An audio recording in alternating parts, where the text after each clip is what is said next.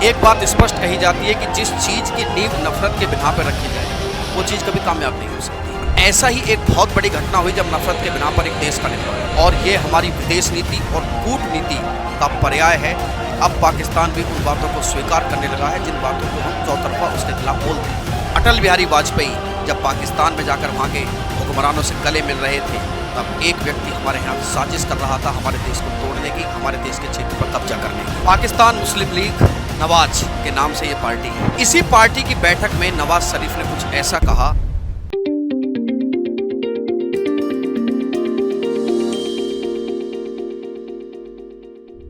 RG ज्ञान सबसे सटीक। नमस्कार, जय हिंद प्यारे साथियों, स्वागत है आप सभी लोगों का आपके इस परिवार में। प्यारे दोस्तों, एक बात स्पष्ट कही जाती है कि जिस चीज की नींव नफरत के बिना पर रखी जाए वो चीज कभी कामयाब नहीं हो सकती। आप अगर किसी से नफरत के आधार पर किसी चीज की नींव रखते हो तो विश्वास करिए, यह तो नहीं कहा जा सकता कि उसकी चीज चलेगी या नहीं चलेगी, लेकिन मैं डेफिनेट इस बात को कह सकता हूं कि आप भी कामयाब नहीं होंगे। नफरत के बिना पर चीजें रखी जाती हैं, और ऐसा ही एक बहुत बड़ी घटना हुई जब नफरत के बिना पर एक देश का निर्माण हुआ, पाकिस्तान। अगर सुबह का भूला शाम को घर वापस आ जाए तो उसे भूला हुआ नहीं कहते, लेकिन भुलाना इतना आसान भी नहीं होता। लेकिन पाकिस्तान की तरफ से जो रुख इस समय भारत की तरफ आ रहा है, मैं तो यही कहूंगा कि सकारात्मक संकेत हैं, और ये हमारी विदेश नीति और कूटनीति का पर्याय है कि अब पाकिस्तान भी उन बातों को स्वीकार करने लगा है जिन बातों को हम चौतरफा उसके खिलाफ बोलते थे कि भाई सुधर जाइए, नहीं तो ऐसा हो जाएगा। अब चूंकि खुद पे बीत रही है तो अब वो सब इन बातों को स्वीकार करने में जुटा हुआ है। भारत में, पाकिस्तान में नई सरकार बनी काफी उठापटक के बाद। आप सबने देखा कि कैसे इमरान खान, चूंकि पार्टी तो कैंसिल कर दी गई थी, तो उसके बावजूद निर्दलीय रूप में उन्होंने इलेक्शन लड़ा, बड़ी पार्टी बनकर उभरी, लेकिन सरकार बनी फिर से वही, और शहबाज शरीफ बने प्रधानमंत्री। पाकिस्तान मुस्लिम लीग नवाज के नाम से ये पार्टी है। इसी पार्टी की बैठक में नवाज शरीफ ने कुछ ऐसा कहा जिस पे तुम्हें गौर फरमाने की जरूरत है। ऐसा कोई बच्चा नहीं जिसे कारगिल वॉर याद नहीं। कारगिल वॉर सिनेमा के माध्यम से, लोगों की कहानियों के माध्यम से, या जो 90s में बच्चे पैदा हुए उनको तो सब पता है कि हाँ, एक युद्ध हुआ था, कारगिल युद्ध। कारगिल युद्ध को लेकर पाकिस्तान ने जो हमारे साथ विश्वासघात किया था, हमारे दादा, हमारे पिताजी ये बात बताते थे कि अटल बिहारी वाजपेयी जब पाकिस्तान में जाकर वहाँ के हुक्मरानों से गले मिल रहे थे, तब एक व्यक्ति हमारे यहाँ साजिश कर रहा था हमारे देश को तोड़ने की, हमारे देश के क्षेत्र पर कब्जा करने की। हम तो गले मिल रहे हैं और तुम छुरा घोंपने की तैयारी कर रहे हो। उस छुरा घोंपने को ही कारगिल वॉर कहते हैं। हमने तो कोशिश की कि भाई हम शांति बना के रखें। सब लोग लाहौर गए और कारगिल वॉर उसके तुरंत बाद देखने को पड़ा, तो हम समझ गए कि लातों का भूत है, बातों से मानते नहीं, ये नहीं सुधरेंगे। लेकिन अब एक नया सनसनीखेज खुलासा, एक नई इस कहानी में ट्विस्ट आया।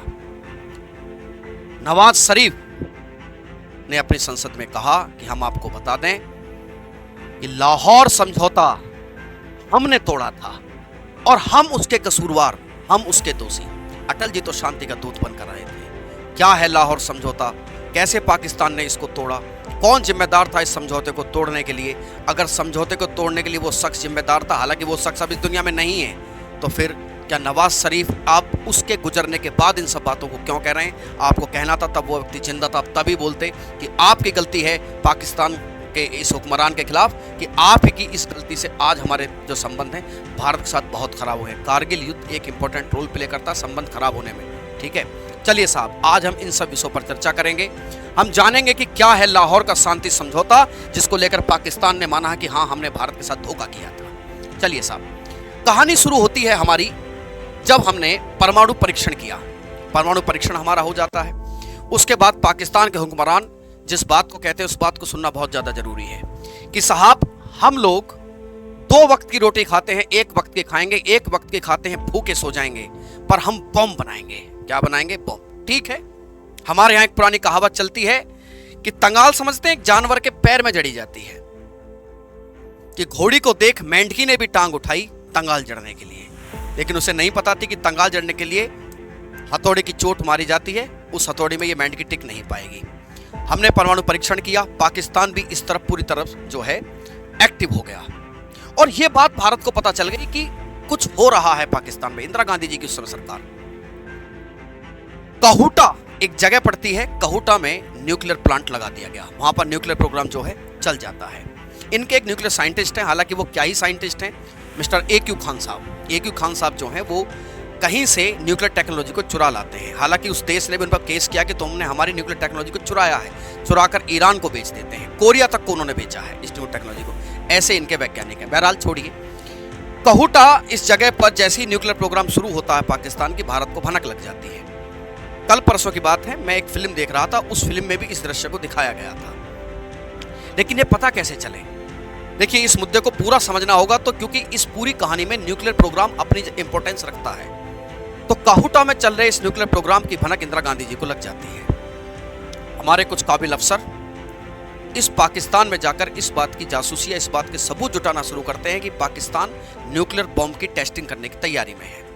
लेकिन जाए कैसे? न्यूक्लियर रिएक्टर के पास तो आप जा ही नहीं सकते। बहरहाल, न्यूक्लियर जो प्रोग्राम था, जो रिसर्च सेंटर था, उसमें जो लोग काम करते थे, वो लोग जहां बाल कटवाते थे, वो बाल कटवाने की जगह पर जो बालों के जो एविडेंस है वो इकट्ठे किए गए, और वहां पर रेडियो एक्टिव एलिमेंट जब बालों में मिला तो हम समझ गए कि भाई साहब ये न्यूक्लियर प्रोग्राम चला रहे हैं। हालांकि भारत में कुछ राजनीतिक परिदृश्य ऐसा हुआ कि इंदिरा गांधी जी की सरकार चली जाती है, मोरारजी देसाई प्रधानमंत्री बन जाते हैं। देखिए, कहा यह जाता है कि मोरारजी देसाई जब प्रधानमंत्री बने तो उस केस में यह हुआ कि उन्होंने पाकिस्तान के हुक्मरानों को फोन किया कि हम जानते हैं कि काहुटा में पाकिस्तान क्या कर रहा है, पाकिस्तान काहुटा में क्या कर रहा है। उन्होंने आनन फानन बैठक बुलाई कि अरे लगता है कि भारत को न्यूक्लियर प्रोग्राम की भनक लग चुकी है। और देखिए, हम इसके सबूत तो नहीं दे सकते, लेकिन कहा यह जाता है कि एक हमारे प्रधानमंत्री के छोटे बयान की वजह से हमारे बहुत सारे एजेंट जो है पाकिस्तान में मारे गए।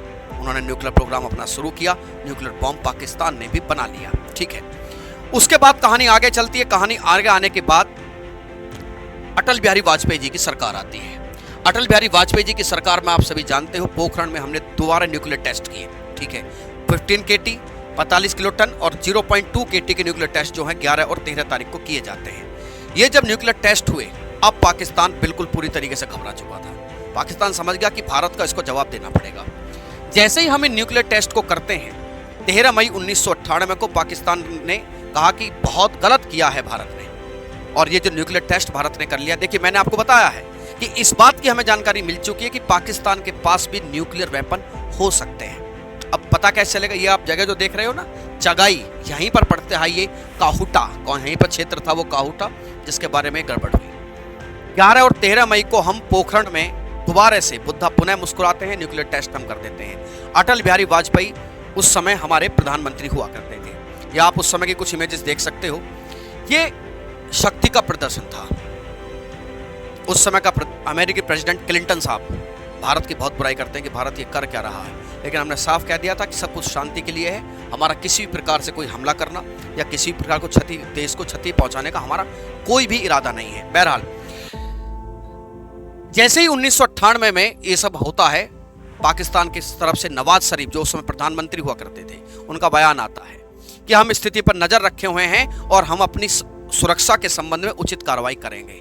जैसे ये काम कहा उन्होंने, 28 मई 1998 को पाकिस्तान बैक टू बैक अपने क्या कर देता है, बलूचिस्तान की एक जगह पर न्यूक्लियर टेस्ट कर देता है। मैंने बताया कि ये वो जगह है। ठीक है, बलूचिस्तान का एक प्रांत है, काफ़ी खाली जैसा दिखता है। हालांकि अब तो इस बलूचिस्तान से भी पाकिस्तान के जो मुख्य क्षेत्र है उससे बिगड़ी हुई है। यहाँ पर जो चगाई नामक जगह पर न्यूक्लियर टेस्ट, चगाई पर्वत में गहरी सुरंग खोदकर 6 परमाणु परीक्षण किए गए, और ऐसा करने वाला बना 7वां देश और पहला मुस्लिम राष्ट्र। भारत ने न्यूक्लियर टेस्ट किया, इधर पाकिस्तान ने कर दिया। अब मामला टेंस्ड था, अब मामला बहुत ज्यादा तनाव में आ गया था। आप याद रखिए कि इसको, जो जिस दिन ये परमाणु टेस्ट किए गए, इसे यौम ए तकबीर कहा गया। क्या कहा गया? इस पाकिस्तान ने सफल परीक्षण को यौम ए तकबीर कहा जाता है, जिसका अर्थ होता है महानता का दिवस। नवाज शरीफ, अटल बिहारी वाजपेयी, अब क्या किया जाए? हालांकि नवाज शरीफ तो यहां तक कहते हैं कि साहब, जो क्लिंटन साहब हैं अमेरिकन प्रेसिडेंट, उन्होंने मुझे बहुत सारे पैसे ऑफर किए थे कि आप न्यूक्लियर टेस्ट मत कीजिए, लेकिन हमने फिर भी किए। ये सब राजनीतिक बयानबाजी है। इस बयानबाजी के चलते हुए इमरान खान को घेरते हैं। वो कहते हैं कि साहब, इमरान खान जो है, अगर मेरी जगह इमरान खान होते तो वो पैसे ले लेते। चलो अच्छा है, अगर थोड़ी सी तुम्हें ये सद्बुद्धि थी कि किसी रिश्वत नहीं लेनी चाहिए, लेकिन दूसरी कुबुद्धि का परिचय आपने ये दिया कि आपने न्यूक्लियर टेस्ट अपने यहाँ किए, जबकि हमने साफ कर दिया था कि भाई साहब, किसी को भी क्षति पहुंचाने का एक रत्ती भर भी इरादा हमारा नहीं है। सरकार, 98 में दोनों राष्ट्र न्यूक्लियर टेस्ट कर चुके हैं। संबंधों में एकदम से तनाव आ गया। जैसे ही संबंधों में तनाव आया, अब जरूरी थी, देखिए बड़ा इंसान उम्र से नहीं होता, बड़ा इंसान विचारों से होता है। एक ऐसे ही बड़े विचारों वाले शख्सियत थे श्री अटल बिहारी वाजपेयी जी। उन्होंने कहा कि ठीक है, पूरी दुनिया हम दोनों देशों के बीच में अपनी रोटियां ना सेक ले, इसके लिए हमें कोशिश करनी चाहिए। और वो कहते हैं कि मैं पाकिस्तान जाऊंगा और एक शांति समझौता करूंगा ताकि मैं इस बात का भरोसा दिला सकूं कि साहब किसी प्रकार से हमें आगे इस तनाव को आगे बढ़ने नहीं देना है। बात तय हुई और वर्ष आता है 1999। कौन, थोड़ा समझ लीजिए, ये हैं अब्दुल कादिर खान साहब, जिन्होंने न्यूक्लियर प्रोग्राम का इन्हें पितामह कहा जाता है। अब ये बस जिसमें आपको शत्रुघ्न सिन्हा दिख रहे होंगे, देवानंद भी इसमें गए थे, अटल बिहारी वाजपेयी, ये बस लाहौर के लिए रवाना होती है। इसे लाहौर बस यात्रा भी कहते हैं। आप इमेज देखते हो कि नवाज शरीफ कैसे, दोनों ही चेहरे मतलब बड़े ही शानदार व्यक्तित्व उस समय नजर आ रहे थे। मैं आपको एक चीज और बता दूं, नवाज शरीफ भारत के साथ अच्छे संबंध रखने के पक्षकार माने जाते हैं। न्यूक्लियर टेस्ट हुए, एक 98 में भारत ने किया, दूसरा पाकिस्तान ने किया। हमने कदम बढ़ाए कि शांति समझौता करते हैं, हम लाहौर पहुंचे। ओबियस बात है, ये अच्छी बात थी, इसको क्रिटिसाइज करने के पीछे कोई तर्क नहीं है। अगर आप इसकी आलोचना करते हैं तो कोई मतलब नहीं बनता है ना।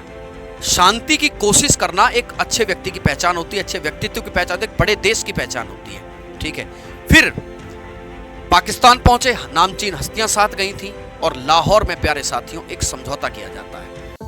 लाहौर, इस समझौते में क्या प्रावधान थे वो मैं भी आपको बताऊंगा, लेकिन मैं आपको बता दूं कि लाहौर समझौते के कंसर्न में सेना यह कह रही थी कि नवाज शरीफ ने हमसे नहीं पूछा। गुरुजी, सेना कह रही थी? सेना क्यों कह रही थी? आप सभी जानते हैं कि सेना ही पाकिस्तान में वास्तविक सरकार है। हालांकि अब परिस्थितियां कुछ बदल रही हैं, अब जब परिस्थितियां बदलती हैं तो कई बार इनकी फिर सरकार ही बदल जाती है। जैसे ही सरकारें इस कंडीशन को बदलने की कोशिश करती हैं कि साहब सेना को थोड़ा साइड किया जाए, तो पता चलता है कि सरकारें ही साइड हो गई हैं। ठीक है, ऐसा अभी तक तो ऐसा ही होता है, देखिए आगे नहीं होगा तो बहुत अच्छी बात है। लाहौर पहुंचते हैं और लाहौर में बहुत भव्य स्वागत किया जाता है और वहां पर होता है एक समझौता।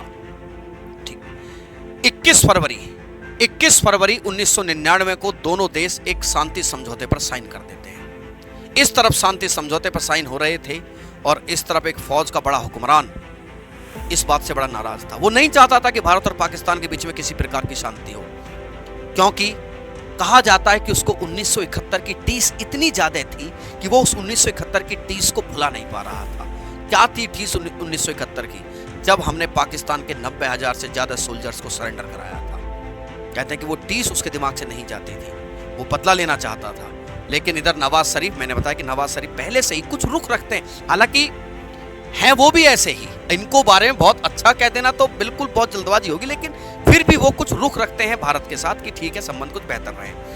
21 फरवरी 1999 को लाहौर घोषणा पत्र पर साइन होते हैं, जिसमें बहुत सारी बातों पर बात हुई। कश्मीर के मुद्दे पर बात होती है, परमाणु हथियारों पर बात होती है।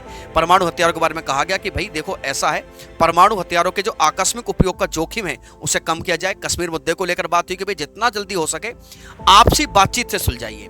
हालांकि जिस समय तक मैं आपको ये बातें समझा रहा था, उस समय तक पाकिस्तानी सरकार के वकील ने पाकिस्तान के एक न्यायालय में स्वीकार किया है कि पाकिस्तान का कोई हक नहीं है गुलाम कश्मीर पर। इस विषय पर कभी अलग एक बार फिर बातचीत होगी। गुलाम कश्मीर पर भी पाकिस्तान ने यह बात स्वीकार करना कि पाकिस्तान का कोई हक नहीं बनता गुलाम कश्मीर पर, पाकिस्तान का कोई क्षेत्र नहीं है गुलाम कश्मीर। सरकार के वकील ने यह बात कही है, तो यह बात क्या करती है, यह बात मैटर करती है। इसका क्या मसला है, इस पर फिर कभी बातचीत होगी। बहरहाल लाहौर पर आते हैं दोबारा।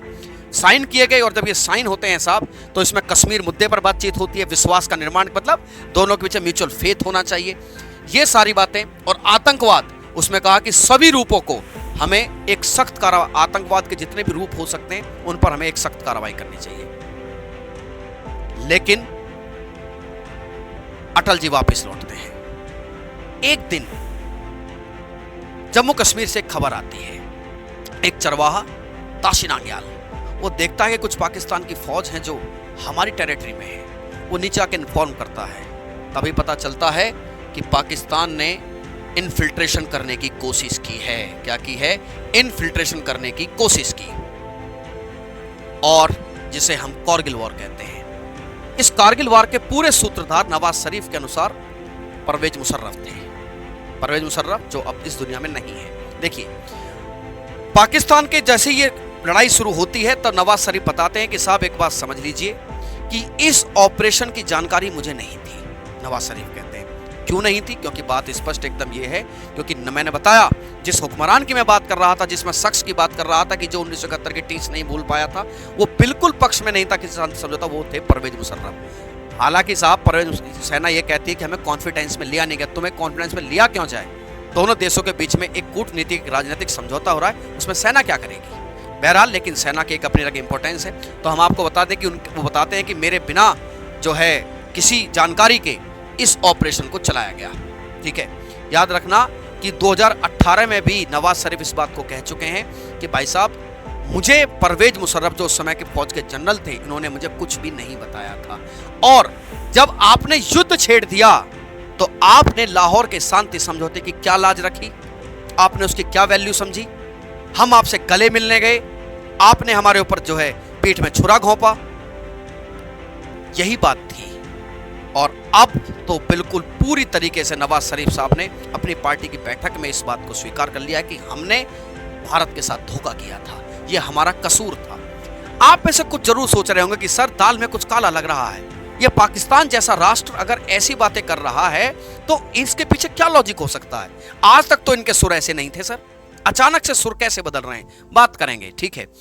बहरहाल, परवेज मुशर्रफ ने अपनी पुस्तक में भी इस बात को स्वीकार किया है कि कारगिल पर कब्जा करने की मैंने कसम खाई थी, लेकिन नवाज शरीफ के चलते मेरी जो कसम है वो पूरी नहीं हो पाई।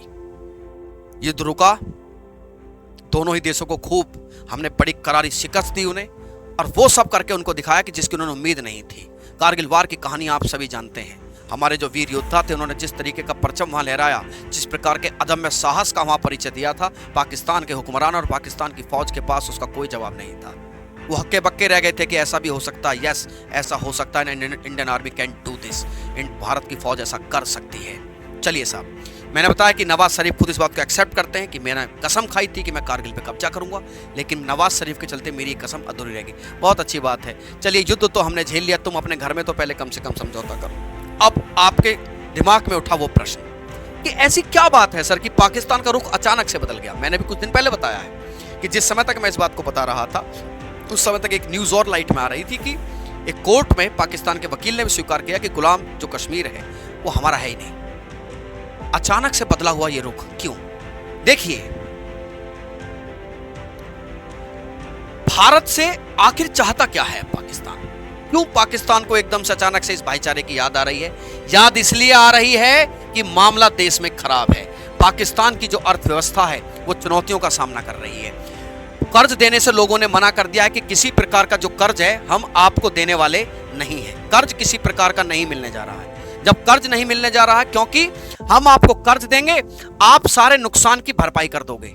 आप क्या कर दोगे? सारे नुकसान की आप भरपाई कर दोगे वो कर्ज। और दूसरी बात, पहले यह बताइए कि नुकसान की भरपाई कर दो कि देश कैसे चलेगा। एक बात और बता दीजिए कि अगर आईएमएफ कह रहा है कि अगर हम आपको कर्ज दे देते हैं, पैसा कैसे वापस करोगे? सारा पैसा तुम खैरात में लुटा रहे हो, सब्सिडी दे रहे हो, तेल पे सब्सिडी, खाने पे सब्सिडी। सब्सिडी कम करिए। देखिए साहब, सब्सिडी कम करें तो जनता गई और ना करें तो कर्ज गया। ठीक है, पाकिस्तान फंस चुका है। और अक्सर श्रीलंका, अब तो मालदीव के भी कुछ तेवर वैसे ही हैं। हमारे आसपास के पड़ोसी देशों पे जब गर्दन पे फांस आती है तो भारत ही नजर आता है। इनको समझ में आ गई है कि भारत ही हमारा कुछ साथ दे सकता है। व्यापारिक संबंध हमारे पूरी तरीके से बंद हैं। वो चाहते हैं कि कुछ व्यापार भारत से हो जाए तो कहीं ना कहीं से हमारी इकोनॉमिकल कंडीशन जो है कुछ ना कुछ इंप्रूव होगी। आपने अजगर पाला था, आप ही को खाएगा एक दिन, ये तय है बात। हमने एक कहानी सुनी थी डिस्कवरी पे कि एक महिला ने एक अजगर को पाला था। वो अजगर कुछ खाना नहीं खा रहा होता है तो वो महिला उसको डॉक्टर के पास लेकर जाती है, तो वो कहता है कि ये अपनी भूख बढ़ा रहा है, तुम्ही को एक दिन खाएगा। मतलब वो आतंकवाद जिसको पाकिस्तान ने बढ़ाया, आज उनके हालत खराब करी हुई उन आतंकवादियों ने। ये शांति चाहते हैं, वो दुष्टता के दूत हैं। अगर ये शांति चाहेंगे, उनको पैसा नहीं मिलेगा, वो इन्हीं को नुकसान पहुंचा रहे हैं। अब उस अजगर से पाकिस्तान अब खुद परेशान है। और देखिए, एक तो जान माल की हानि, इमेज की हानि, कहीं भी जा रहे हैं इज्जत नहीं मिल रही है। तो ऐसे में वो सब इन बातों, एक तो आतंकवाद के मसले पर भी कहीं ना कहीं पाकिस्तान के तेवर ढीले, अभी तो मैं ये नहीं कहूंगा कि हुए हैं, लेकिन मुझे इतना पता है कि ढीले हो जाएंगे एक दिन। बलूचिस्तान में जो हो रहा है वो सब जानते हैं, बलूची लोग अब पाकिस्तान के साथ रहने को तैयार नहीं है किसी भी सूरत हाल में।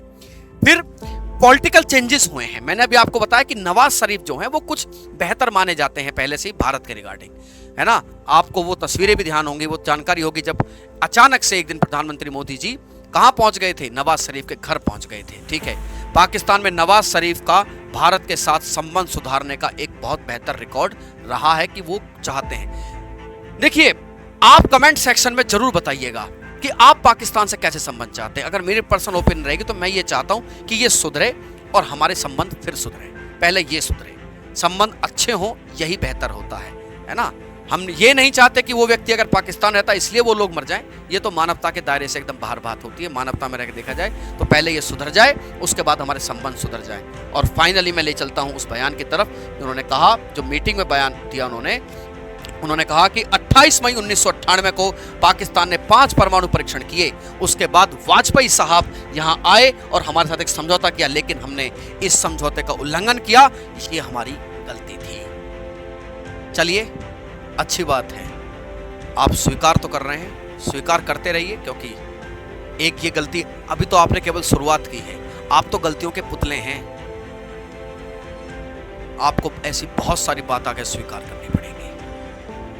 प्यारे साथियों, उम्मीद करता हूं ये जानकारी आपको 100% लाभप्रद रही होगी और लाभप्रद रहेगी।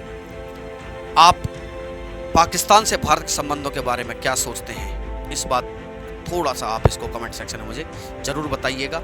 और आप किसी अगर विशेष मुद्दे पर वीडियो चाहते हैं तो आप उसको कमेंट सेक्शन में जरूर जोड़िएगा। धन्यवाद। जय हिंद प्यारे साथियों।